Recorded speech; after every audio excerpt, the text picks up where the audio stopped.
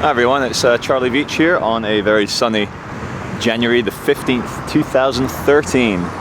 This is my first outdoorsy video of the year, and I just wanted to come out into sunny Swinton with the sun behind me or in front of me. Oh, there's my face. And just talk. I like to talk, and every once in a while I feel this big urge to come out and do a film, a video for communication reasons, for expression reasons, for artistic reasons, for venting reasons, for many reasons, many reasons. I just wanted to today talk about fear. Fear as being frightened of things, fear as the all-consuming, destroying feeling of not thinking everything's going to be okay, of not feeling that you have enough, of not feeling loved, of not feeling secure. So, in a sense, we'll talk about fear as the opposite of love. And the big question is what is fear? And to me, fear is being or thinking that you're too close to the void, and thinking that unless you take decisive and drastic and violent and powerful action, you're going to cease to exist, or your relevance will stop, or you won't be loved, or you won't have enough.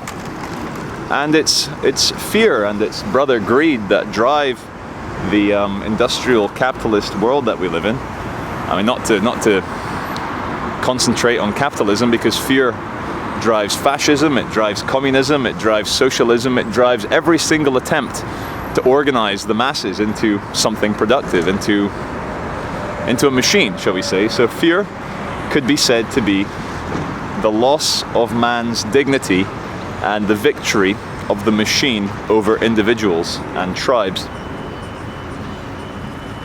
Fear is the driving force behind all major religions. Fear is the driving force behind most military campaigns. And it's definitely fear, to single out one example, which created the state of Israel and keeps Israel so angry and so violent against people.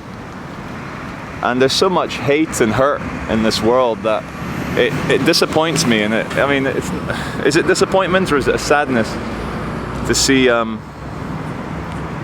see powerful people who have power destroy and annihilate people with no power? There's a general resentment, and I'll speak specifically about Britain now. There is an angry resentment by the well-to-do, the rich, the landowners, the bankers, the financiers, the Conservative Party that is currently in government. Because vulnerable people and poor children and single mums and ethnic people who aren't rich, these are all mirrors of ourselves, and powerful people cannot for the life of them comprehend why poor people aren't rich like them. They think this is a world of equal opportunity. They think that if only people would work a bit harder, then they wouldn't be poor. And of course, I know all my viewers can see through that, so I don't need to explain how that is wrong. But fear leads to... Hey man, how's it going? Oh please, yeah. There's a guy here who shall remain anonymous for obvious reasons. No. But he's I'm Phil. Hey Phil. Thanks man. I was just talking about fear.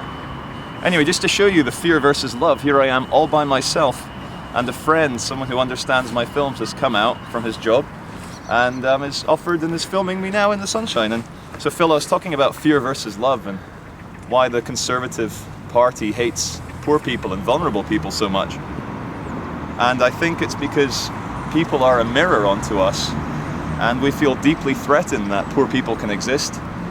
And the loving way wants to bring poor people into your arms and help them.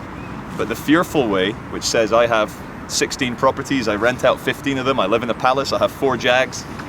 The fearful one says that these poor people are a threat to my wealth, and then it pushes them away. So, it's 2013, the world didn't end. A lot of people are disappointed that the apocalypse didn't change everything. But a lot of my films so far have been exoteric. I go out and I megaphone, I criticize police, I shout at security guards, I try and uphold free speech for everyone, but because I'm this, I'll let the car go past, noisy car, because I've done now 489 videos in 3.5 years about the outside world, I want to talk about, I know I have in the past, but more about the inner spiritual world, and how we can actually live without fear. And it's only by conquering your inner demons can you live without fear. And I think if you live without fear, then the very scary things like military and government and conservative parties and gangs and police acting corrupt won't scare you so much, because there's nothing these people can do to your inner soul that except make you change it yourself. So on that note, it's a nice sunny day. I better go back and see my partner and son. And thank you very much, Phil, for filming. Thanks, man. No worries, mate.